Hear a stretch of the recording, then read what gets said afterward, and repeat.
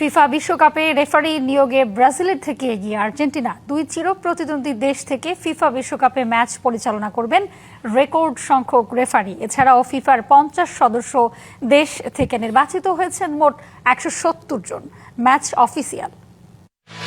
যুক্তরাষ্ট্র, কানাডা ও মেক্সিকোয় অনুষ্ঠিত হতে যাওয়া বিশ্বকাপের জন্য 170 জন ম্যাচ অফিসিয়ালের নাম ঘোষণা করেছে ফিফা। টুর্নামেন্টের ইতিহাসে সবচেয়ে বড় ম্যাচ অফিসিয়ালের বহর দেখতে যাচ্ছে 2026 বিশ্বকাপ।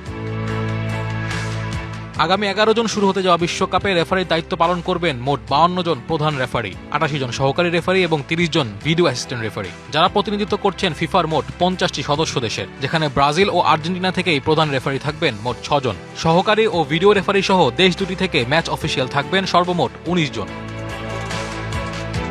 আর্জেন্টিনা থেকে প্রধান রেফারি হিসেবে বিশ্বকাপের ম্যাচ পরিচালনা করবেন ইয়ারেল ফালকন পেরেস, দারিও এরেরা এবং ফাকুন্দো টেলো, যাদের মধ্যে শুধু টেলোই আগে বিশ্বকাপে দায়িত্ব পালন করেছেন। সহকারী রেফারি হিসেবে থাকবে হুয়ান পাবলো বেলাত্তি, ম্যাক্সিমিলিয়ানো দেল ইয়োসো, গ্যাব্রিয়েল চাদে, ফাকুন্দো রদ্রিগেস এবং ক্রিশ্চিয়ানো নাভারো। ভিআর রেফারি হিসেবে দায়িত্ব পালন করবেন এরনান মাস্টানজেলো।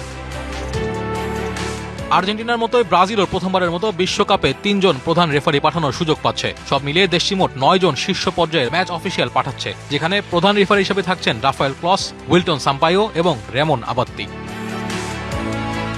কড়া নজরদারি আর সুষ্ঠু প্রক্রিয়ার মধ্যে দিয়ে নির্বাচিত হয়েছেন এবারের বিশ্বকাপের ম্যাচ অফিসিয়ালস, জানিয়েছেন ফিফার প্রধান রেফারিং কর্মকর্তা পিয়ের লুইজি কোলিনা। যে প্রক্রিয়া চলেছে গত 3 বছর ধরে। 2022 বিশ্বকাপের তুলনায় এবারে 41 জন বেশি অফিসিয়াল থাকছেন ম্যাচ পর্যবেক্ষণে, যাদের শরীরে থাকবে বডি ক্যাম, যা নিশ্চিত করবে যে কোনো সিদ্ধান্তে সর্বোচ্চ স্বচ্ছতা।